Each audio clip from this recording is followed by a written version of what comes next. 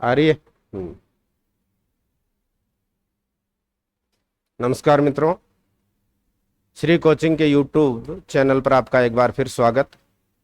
हम पढ़ रहे थे चौहान वंश का इतिहास और लगातार चौहानों के इतिहास के बारे में अपन पिछली क्लास में जानकारी ले रहे थे। हम चौहान वंश के बारे में पढ़ रहे थे। एक बार संक्षिप्त में पुनः इसको देख लेते हैं। चौहान वंश का जो इतिहास है उसकी शुरुआत की थी हमने चौहान वंश के आदि पुरुष वासुदेव से। संस्थापक वासुदेव चौहान, मैंने बताया था 551 ईस्वी के आसपास। इस बात की जानकारी हमें मिलती है बिजोलिया शिलालेख से। बिजोलिया शिलालेख से हमें चौहान वंश की उत्पत्ति के बारे में बहुत सारी जानकारियां मिलती है। वासुदेव चौहान के बाद में सबसे जो पराक्रमी शासक आया था वो आया था वाकपति राज। वाकपति राज ने दिल्ली के तोमरों को पराजित किया था। इससे पहले तक चौहान जो है वो तोमरों के सहयोगी शासक या सामंत के रूप में शासन कर रहे थे। उसके बाद वासुदेव और वासुदेव के बाद में वाकपति राज। वाकपति राज के बाद में जो सबसे प्रसिद्ध शासक हुआ वो सिंहराज था, दुर्लभ राज था। लेकिन इनमें जो पहला सबसे पराक्रमी शासक आया था वो था अजय राज चौहान। अजय राज चौहान ने अजमेर नगर बसाया था। अजय राज के बाद में अर्णोराज। अर्णोराज ने आना सागर झील का निर्माण करवाया। अर्णोराज के बाद में विग्रहराज चतुर्थ या बीसल देव। विग्रहराज चतुर्थ या बीसल देव, जिन्हें कवि बांधव के नाम से जाना जाता है, बीसल देव को। और बीसल देव ने संस्कृत कंठाभरण पाठशाला का निर्माण करवाया और दिल्ली पर नियंत्रण स्थापित कर लिया था। यह इतिहास हमने पिछली क्लास में पढ़ा था। चौहानों के जो प्रमुख शासक थे जिनके बारे में हमने जानकारियां हासिल की थी।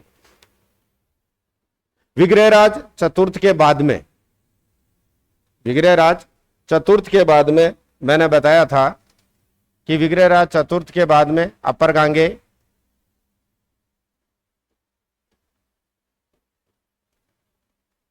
उनके बाद पृथ्वीराज द्वितीय,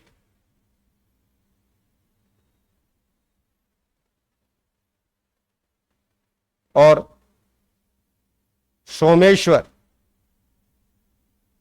चौहान शासक बने। विग्रहराज चतुर्थ के बाद में अपर गांगे, पृथ्वीराज द्वितीय और सोमेश्वर शासक बने। सोमेश्वर का जो पुत्र था वो पृथ्वीराज तृतीय था। पृथ्वीराज तृतीय सोमेश्वर चौहान का पुत्र था। चौहान वंश का सबसे प्रसिद्ध शासक पृथ्वीराज तृतीय हुआ। आज हम पृथ्वीराज तृतीय के बारे में जानकारियां प्राप्त करेंगे। पृथ्वीराज तृतीय चौहान वंश का सबसे पराक्रमी शासक। इन्हें राय पिथोरा के नाम से भी जाना जाता है।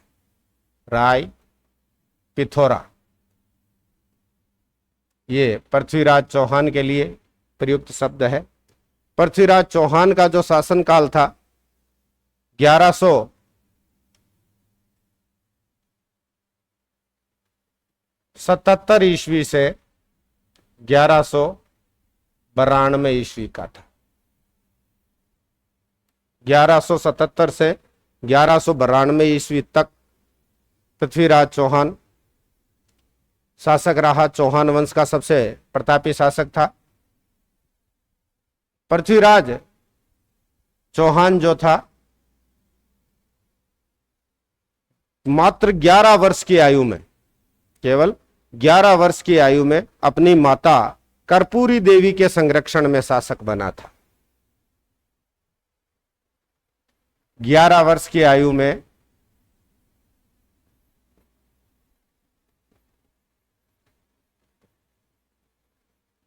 माता कर्पूरी देवी।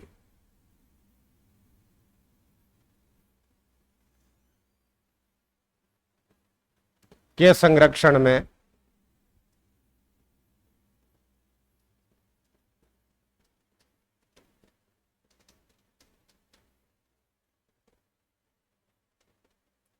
कर्पूरी देवी जो पृथ्वीराज चौहान की माता थी, ये त्रिपुरी के कलचुरी राजवंश की राजकुमारी थी। पृथ्वीराज चौहान का जन्म जो है वो अनिलवाड़ा, पृथ्वीराज चौहान का जन्म गुजरात के अनिलवाड़ा में हुआ था। गुजरात के अनिलवाड़ा में पृथ्वीराज चौहान का जन्म हुआ और इनकी माता कर्पूरी देवी थी, वो कलचुरी वंश की राजकुमारी थी। कलचुरी वंश, त्रिपुरी का कलचुरी वंश, त्रिपुरी मध्य प्रदेश में जबलपुर के पास में है और अनिलवाड़ा में इनका जन्म होता है। मात्र 11 वर्ष की आयु में पृथ्वीराज चौहान शासक बनते हैं और इनका जो पृथ्वीराज चौहान का शुरुआती जो शासन था उसमें कई परेशानियां थी। तो पृथ्वीराज चौहान की प्रारंभिक कठिनाइयां या प्रारंभिक विजय अगर हम बात करें तो दो महत्वपूर्ण कार्य पृथ्वीराज चौहान ने किए थे। पहला, अपने चचेरे भाई नागार्जुन का दमन किया, जो उनके लिए खतरा था, नागार्जुन का दमन।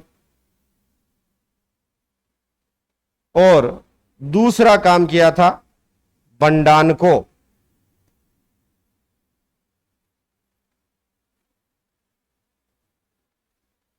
पर विजय प्राप्त की।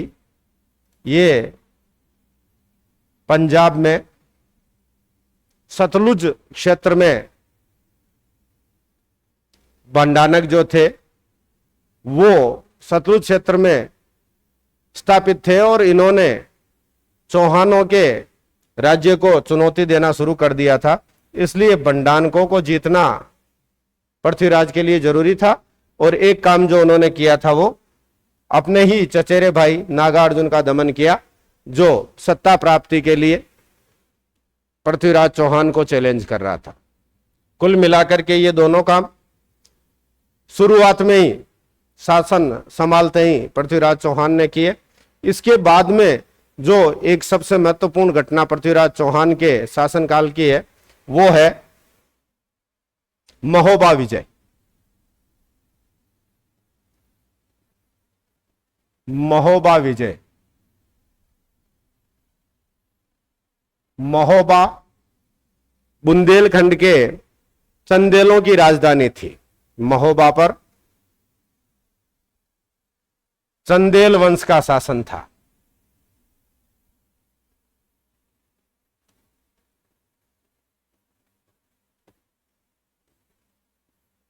उस समय महोबा का शासक परमर्दिन देव चंदेल था। महोबा का शासक कौन था? परमर्दिन देव चंदेल।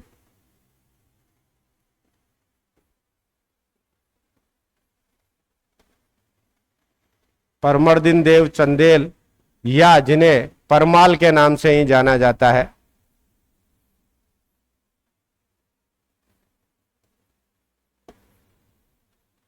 चंदेल को पृथ्वीराज ने 1182 ईस्वी में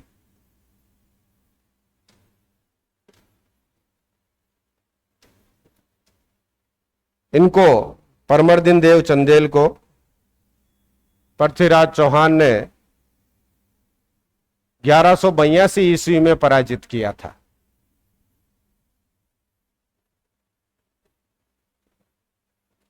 यह एक बहुत ही महत्वपूर्ण घटना थी। परमर्दिन देव काफी ताकतवर शासक था। बुंदेलखंड में महोबा इनकी राजधानी हुआ करती थी। इस युद्ध में परमर्दिन देव चंदेल के बहुत ही विश्वस्त और वीर सेनानायक आला और उदल वीर गति को प्राप्त हुए। आला और उदल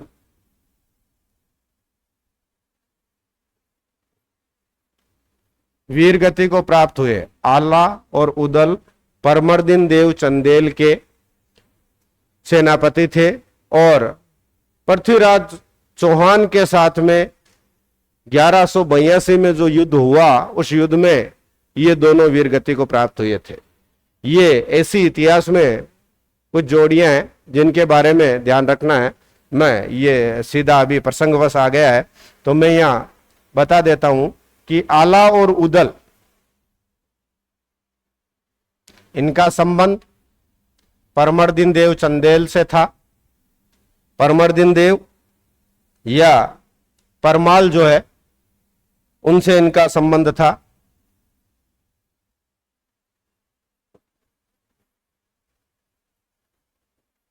परमर्दिन देव चंदेल के सेनानायक आला उदल थे।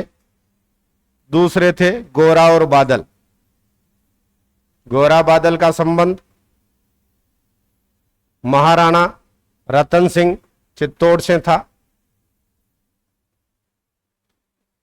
तीसरे है जयमल और फत्ता। जयमल और फत्ता का संबंध महाराणा उदय सिंह से था, चित्तौड़ से ही। रणमल और रत्तीपाल अमीर चौहान के सेनानायक थे, जिन्होंने अमीर चौहान के साथ विश्वासघात किया था। और जेता और कूपा ये जोधपुर के राठौड़ शासक राव मालदेव के सेनानायक थे। ये 5 जोड़ियां हैं, इतिहास प्रसिद्ध है और इतिहास में इनके बारे में कई बार ऐसे प्रश्न पूछे गए हैं कि आला उदल का संबंध किस शासक से रहा है या जेता कुंपा का संबंध किस शासक से रहा है। तो एक बार मैं फिर से दोहरा देता हूं। आला और उदल महोबा के चंदेल शासक परमर्दिन देव के सेनानायक थे। गोरा और बादल चित्तौड़ के महाराणा रतन सिंह के सेनानायक थे। अलाउद्दीन खिलजी का जो चित्तौड़ अटैक हुआ था, इनकी बड़ी भूमिका रही थी उस समय। जयमल और फत्ता, जयमल राठौड़, फत्ता सिसोदिया महाराणा उदय सिंह के सेनानायक थे। अकबर के चित्तौड़ आक्रमण के समय इन्होंने लड़ाई लड़ी थी। रणमल और रत्तीपाल ये हमीर चौहान के सेनानायक थे। रणथंबोर किले से संबंधित है। अलाउद्दीन खिलजी का जो रणथंबोर अभियान था, उस दौरान अंत में इन दोनों ने हमीर के साथ विश्वासघात किया था और हमीर चौहान की पराजय का कारण भी यही बने थे। और 5वीं जोड़िए जेता और कुंपा, इनका संबंध जोधपुर के शासक राव मालदेव से है, जिन्होंने गिरी सामेल की लड़ाई शेरशाह सूरी से लड़ी थी। तो कुल मिलाकर के ये 5 जोड़ियां हैं, इतिहास प्रसिद्ध सेना नायकों की जोड़ियां हैं, जिन्हें अक्सर पूछा जाता है, इनके बारे में प्रश्न उठाए जाते हैं। तो यहां आज का जो ये हमारा टॉपिक है, इसमें आला उदल का प्रसंग है। आला को आज भी बुंदेलखंड के क्षेत्र के लोग, जो उत्तरी मध्य प्रदेश और दक्षिणी जो उत्तर प्रदेश है, वहां के लोग, बुंदेलखंड के लोग आज भी आला को लोक देवता के रूप में पूजते हैं। शारदा पीठ जो है, वहां का एक मुख्य मंदिर है, भगवती का मंदिर, और ऐसी मान्यता है वहां की कि आला आज भी वहां पूजा करने के लिए आते हैं। इस प्रकार की बातें चलती है, तो वो आज भी लोक देवता के रूप में पूजनीय है। खैर, वापस आ जाते हैं टॉपिक पर।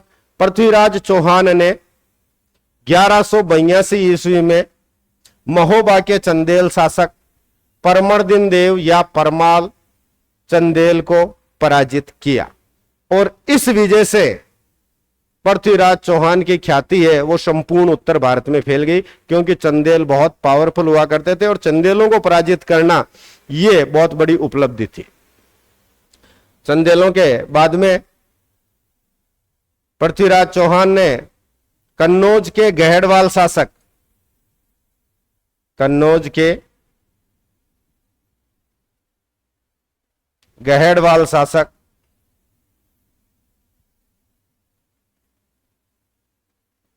जयचंद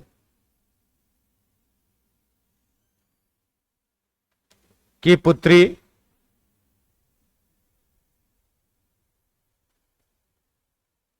संयोगिता का अपहरण कर उससे विवाह किया।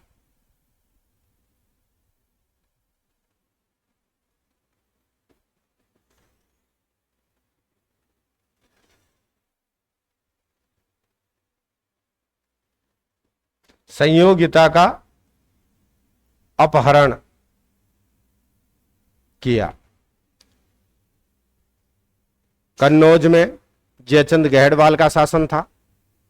जयचंद गहड़वाल वैसे ही पृथ्वीराज चौहान का शत्रुता रखने वाला शासक था। पृथ्वीराज चौहान से वो नहीं चाहता था कि पृथ्वीराज की ताकत बने, और खास तौर से दिल्ली पर आधिपत्य को लेकर के उन दोनों में तनाव था। पृथ्वीराज चौहान ने संयोगिता का अपहरण कर लिया और इस वजह से जयचंद काफी नाराज हो गया, क्योंकि उसे पता था अच्छी तरह से कि वो पृथ्वीराज चौहान को नहीं हरा सकता।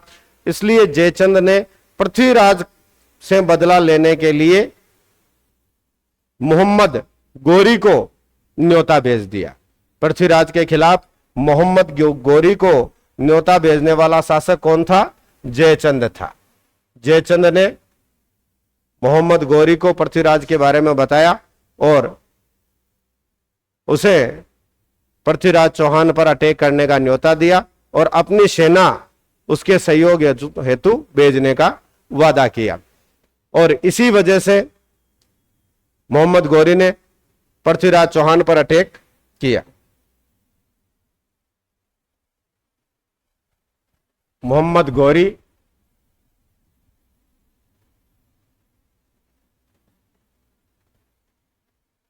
और पृथ्वीराज चौहान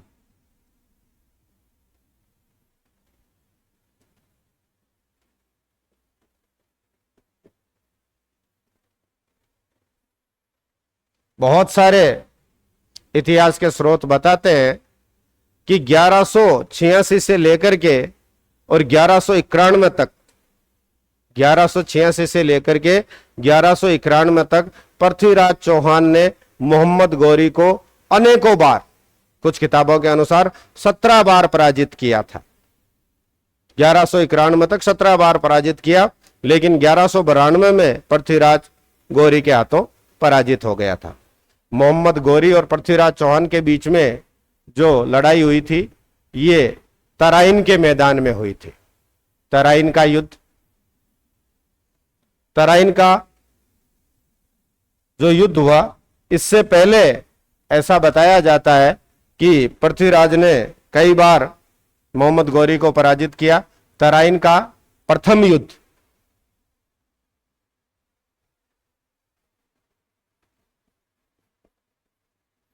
युद्ध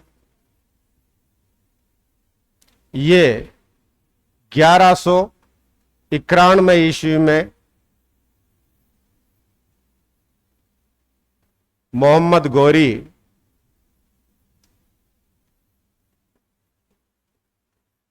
और पृथ्वीराज चौहान के बीच लड़ा गया।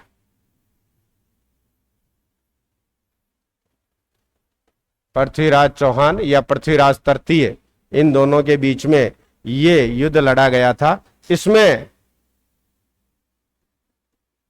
पृथ्वीराज चौहान विजयी हुआ।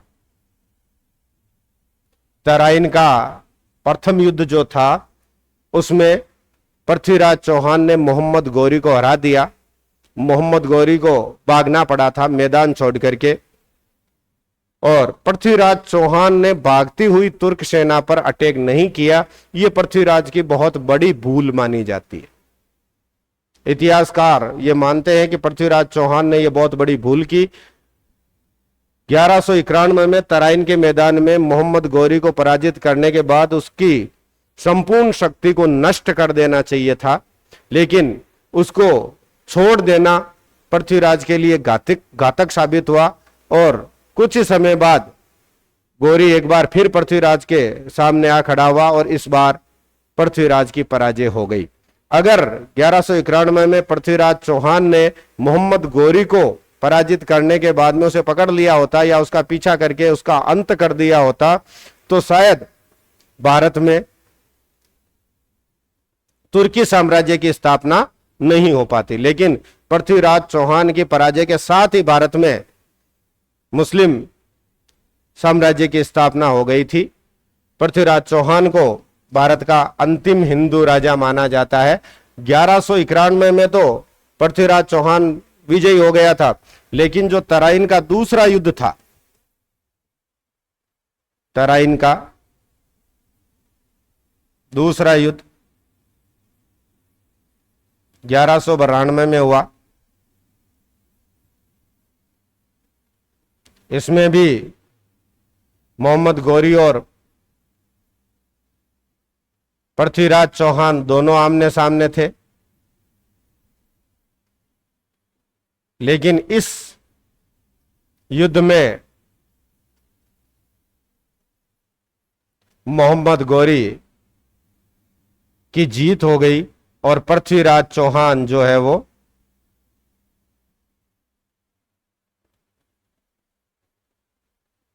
की पराजय हो गई थी। इस युद्ध में पृथ्वीराज चौहान हार गया था और मारा गया था। इतिहासकार ये कहते हैं कि पृथ्वीराज चौहान को मोहम्मद गौरी के द्वारा बंदी बना लिया गया और सिरसा के निकट उसे मौत के घाट उतार दिया गया। एक कहानी जो पृथ्वीराज रासो, जो चंद बरदाई के द्वारा लिखा गया ग्रंथ है, उसमें जो कहानी मिलती है उसके अनुसार पृथ्वीराज चौहान को पराजय के बाद में मोहम्मद गौरी द्वारा बंदी बना करके और गजनी ले जाया गया और वहां पर पृथ्वीराज चौहान को कैद में रखा गया।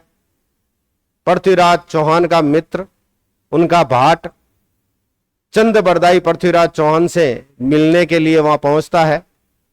पृथ्वीराज चौहान उससे मिलने के लिए बहुत सारी जो बेड़ियां और हथकड़ियां उसके बंधी हुई थी उनको तोड़ करके खड़ा हो जाता है।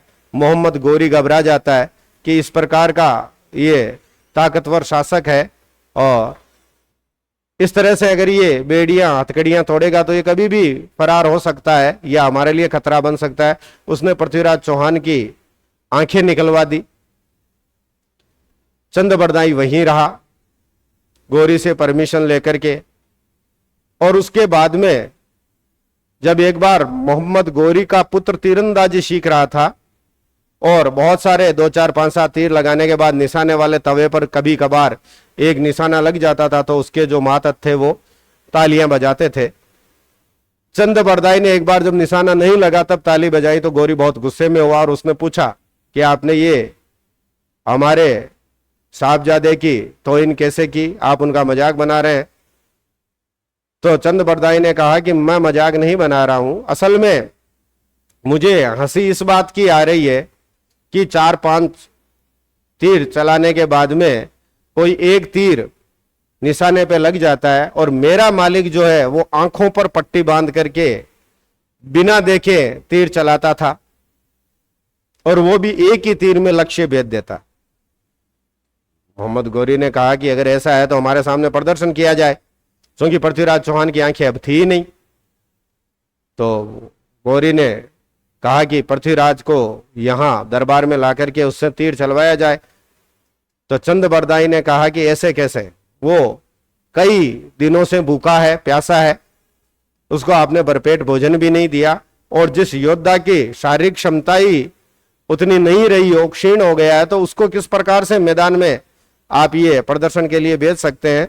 पहले कम से कम उसकी शारीरिक क्षमता तो बहाल कीजिए, कम से कम उसे 2 4 5 10 दिन खाना तो अच्छा खिलाइए। तो गौरी ने पूछा, हाँ जी, तो उनको भोजन? तो चंद बरदाई ने कहा, ऐसे नहीं, मन 5 दूध 36 सेर शक्कर, 1 दारू को मटकोर, 1 मोटो बक्कर, ये नाश्ते का सामान है, बाकी लंच और डिनर में बाद में बता दूंगा। पृथ्वीराज चौहान को, क्योंकि चंद बरदाई अच्छी तरह से जानता था कि बिना शक्ति के इनका सामना करना आसान नहीं है, वो एक चाल चल रहा था, तो उसने पृथ्वीराज चौहान के लिए पुनः व्यवस्था करवा दी और 1 सप्ताह तक पृथ्वीराज चौहान को तैयार करने के बाद में गौरी के दरबार में प्रदर्शन के लिए लाया गया, शब्द भेदी बाण चलाने के लिए, यानी कि आवाज की दिशा में बाण चला करके और वो लक्ष्य भेदने का काम करते थे। पृथ्वीराज चौहान शब्द भेदी बाण चलाते थे बचपन से। मोहम्मद गौरी बहुत ऊंचाई पर बैठा था और पृथ्वीराज चौहान को हाथ में धनुष बाण दिया गया और जो लोहे के लक्ष्य के रूप में जो तवे लगाए गए थे उसके ऊपर आवाज करके और किसी दूसरी वस्तु से उसके ऊपर चोट लगा करके और उस आवाज की दिशा में पृथ्वीराज को बाण चलाना था। जब वहां आवाज उस तवे के ऊपर की गई तो उससे बाईं ओर 4 हाथ की दूरी पर बहुत ऊंचाई के ऊपर मोहम्मद गौरी का सिंहासन था। तो जैसे ही वो आवाज तवे पर आई तो चंद बरदाई ने उधर से कहा कि बाएं से 4 हाथ और उसके बाद ऊंचाई का पैमाना बताया, 4 बास 24 गज आंगल अष्ट प्रवाण, इत्ता पर सुल्तान है तू मत चुके चौहान, भाण मार मोटे तुए। यानी कि यहां इन लक्ष्य वाले तवों पर क्या चोट कर रहा है, सही जगह पर तेरा निशाना जो है वो उस जगह पर बैठा है जो मैंने बता दिया है। तो इस तरह से जैसे जैसे चंद बरदाई ने वो नाप बताया, पृथ्वीराज ने अपना लक्ष्य उसको साध लिया, 4 बांस 24 गज और अंगुल अष्ट प्रवाण, ताऊ पर सुल्तान है तू मत चूके चौहान, भाण मार मोटे तुए। और इस तरह से पृथ्वीराज चौहान ने बाण चलाया, मोहम्मद गौरी मारा गया। और लेकिन मोहम्मद गौरी के मरने के बाद में क्या पृथ्वीराज का जिंदा बचकर के उधर से आना संभव था? ऐसा संभव नहीं था। इसलिए पृथ्वीराज रासो के अनुसार पृथ्वीराज चौहान ने पहले चंद बरदाई को मारा और खुद फिर स्वयं अपने आप को मार लिया। ऐसा पृथ्वीराज रासो से मिलता है। पृथ्वीराज रासो की रचना चंद बरदाई ने की। कई लोग ये बात भी करते हैं कि जब चंद बरदाई ने की और चंद बरदाई वहां पर मर गया तो फिर उस पुस्तक को पूरा किसने किया, ये कहानी लिखी किसने? तो चंद बरदाई द्वारा रचित जो पृथ्वीराज रासो है वो पूरा चंद बरदाई ने नहीं लिखा था, उसको पूरा चंद बरदाई के पुत्र जलहण ने किया था। चंद बरदाई का पुत्र जलहण जो था उसने उस रासो ग्रंथ को पूरा किया था। चंद बरदाई उसे पूरा नहीं कर पाए थे। तो उस रासो ग्रंथ पृथ्वीराज रासो के अनुसार जो कहानी हमें मिलती है वो ये है कि पृथ्वीराज चौहान को वहां गजनी ले जाया गया और उसके बाद में इस प्रकार की घटना घटित हुई। लेकिन इतिहास में ऐसा नहीं मिलता है। इतिहास में यही बात मिलती है कि 1192 ईस्वी में मोहम्मद गौरी ने पृथ्वीराज चौहान को हरा करके बंदी बना लिया और सिरसा के निकट उसे मार दिया। और वैसे भी इतिहास में यह साक्ष्य मिलता है कि 1206 ईस्वी में मोहम्मद गौरी को सिंध के खोखरों ने मारा था। तो अगर सिंध के खोखरों ने 1206 में मोहम्मद गौरी को मारा था तो 14 साल पहले पृथ्वीराज चौहान ने किसको मारा था, ये बात मानने वाली नहीं है। इतिहास जो है वो साक्ष्यों पर विश्वास करता है और कुल मिलाकर के इतिहास की पुस्तकों में यही बताया जाता है कि मोहम्मद गौरी ने पृथ्वीराज को 1192 में बंदी बना करके उसको मरवा दिया, क्योंकि गौरी ये गलती नहीं कर सकता था कि वो अपने सबसे बड़े शत्रु को जिंदा रख ले, और वो भी पृथ्वीराज चौहान जैसे शत्रु को शायद उसने ऐसा नहीं किया होगा। एक साक्ष्य और मिलता है हमें, पृथ्वीराज चौहान के चांदी के द्रह्म सिक्के मिले हैं, चांदी के सिक्के मिले हैं। और उन सिक्कों के ऊपर कुछ सिक्के मिले हैं, उन सिक्कों के ऊपर एक तरफ तो लक्ष्मी जी का अंकन है लेकिन दूसरी तरफ मोहम्मद बिन शाम लिखा हुआ है। मोहम्मद बिन शाम, एक तरफ लक्ष्मी जी का अंकन, दूसरी तरफ मोहम्मद बिन शाम का नाम। मैं आपको क्लियर कर दूं कि गोरी का वास्तविक नाम मोइजुद्दीन मोहम्मद बिन शाम था। मोइजुद्दीन मोहम्मद बिन शाम, साहबुद्दीन मोहम्मद गोरी के नाम से उसे जाना गया, अदरवाइज वो मोहम्मद बिन शाम ही था। और इस तरह से कुछ इतिहासकार ये मानते हैं कि मोहम्मद बिन शाम ने या मोहम्मद गोरी ने पृथ्वीराज चौहान को पराजित करने के बाद में उसे शायद अपने अधीन कर लिया था और कुछ समय तक पृथ्वीराज उनके अधीन रहा था। और इसीलिए पृथ्वीराज चौहान के सिक्कों पर एक तरफ लक्ष्मी जी और दूसरी तरफ मोहम्मद बिन शाम का नाम मिलता है। चाहे जो भी रहा हो, लेकिन यह बात सत्य है कि पृथ्वीराज चौहान की यहां भूल थी मोहम्मद गोरी को 1191 में जिंदा छोड़ देना, और उसका परिणाम यह निकला कि 1192 में पृथ्वीराज चौहान को पराजित होना पड़ा, अपनी जान गंवानी पड़ी और भारत में मुस्लिम सत्ता कायम हो गई। अगर पृथ्वीराज चौहान ने यहां मोहम्मद गोरी को बंदी बना लिया होता या उसे मरवा दिया होता तो शायद आगे का इतिहास कुछ और होता। लेकिन पृथ्वीराज चौहान इतिहास में प्रसिद्ध है, इसलिए प्रसिद्ध है क्योंकि पृथ्वीराज चौहान ने धर्म युद्ध किया था।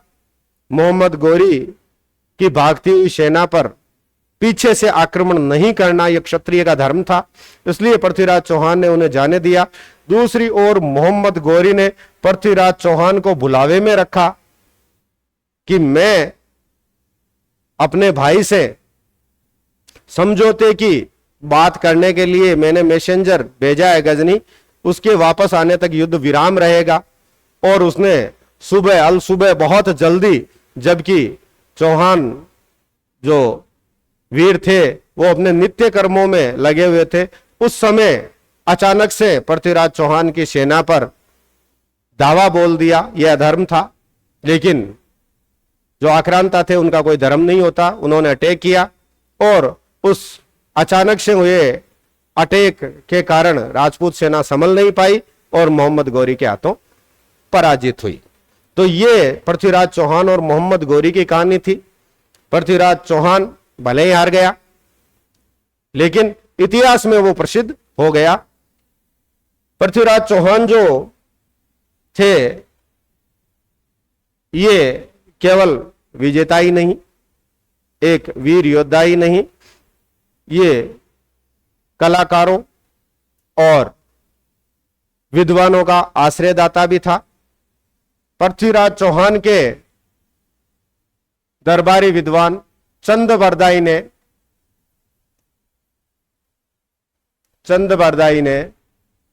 पृथ्वीराज रासो नामक ग्रंथ की रचना की। पृथ्वीराज रासो ग्रंथ का रचनाकार कौन है? चंद बरदाई है। दूसरा, जयानक ने पृथ्वीराज विजय संस्कृत में ग्रंथ लिखा। पृथ्वीराज विजय ये जयानक द्वारा रचित ग्रंथ है। तो दो विद्वानों के नाम आपको याद रखने हैं और इनके द्वारा रचित ग्रंथ कौन कौन से हैं? पृथ्वीराज रासो चंद बरदाई द्वारा लिखा गया है और पृथ्वीराज विजय जो है वो जयानक द्वारा लिखा गया है। पृथ्वीराज चौहान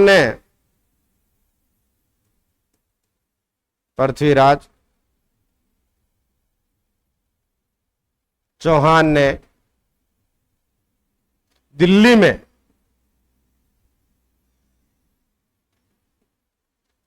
पिथौरागढ़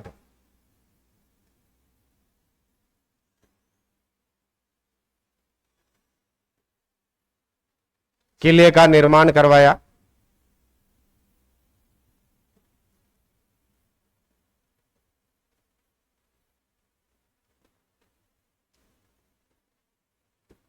तो ये जो पिथौरागढ़ किला है ये पृथ्वीराज चौहान द्वारा बनाया गया दिल्ली में।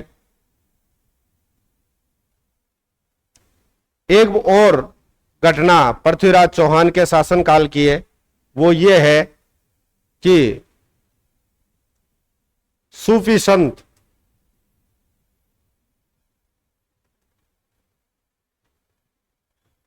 ख्वाजा मोइनुद्दीन चिश्ती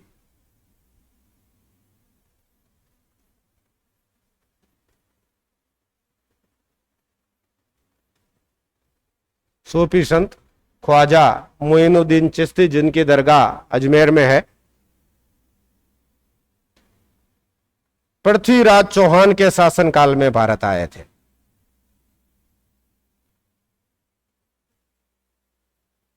चौहान के शासनकाल में भारत आए।